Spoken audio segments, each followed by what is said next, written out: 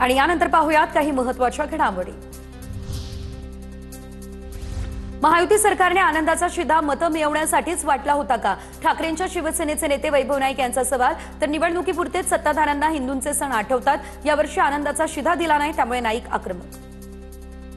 आनंदाचा शिधा आनंदीचं नाव असल्यामुळे यावेळेचे मुख्यमंत्री फडणवीस साहेबांनी दिलं नाही। निवडणुकीमध्ये सरकारच्या तिजोरीमध्ये खडखडत असल्यामुळे दिलं नाही की फक्त निवडणुकीपुरतेच हिंदू लागतात, हिंदूंचे सण आठवतात म्हणून दिलं नाही।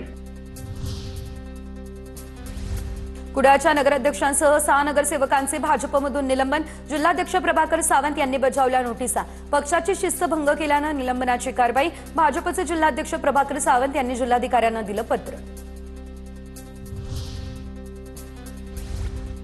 मुंबई बँकेकडून मुख्यमंत्री लाडकी बहीण लाभार्थी महिलांना 0% व्याजदराने कर्ज योजनेचा शुभारंभ। मुख्यमंत्री फडणवीसांचा व्हिडिओ कॉलवरून लाडक्या बहिणींसोबत संवाद।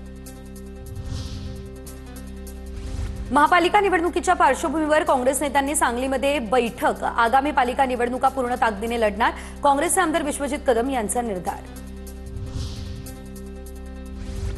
लंडनमधील महाराष्ट्र भवनासाठी 5 कोटींचा निधी। मुख्यमंत्री देवेंद्र फडणवीस यांच्या हस्ते धनादेश सुपूर्द।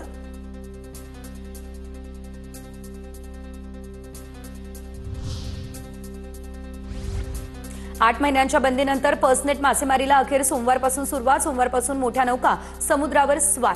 तर सद्यस्थितीत मासेमारीसाठी प्रतिकूल वातावरण, पाऊस आणि वारा याची मच्छीमारांना चिंता। ठाण्यातील बागळे इस्टेट या परिसरातील पूर्वविमनस्याचा वाद चव्हाट्यावर। 4 चाकीने चिरडून एकाची हत्या। आरोपी संतोष पवार फरार, पोलिसांकडून तपास सुरू।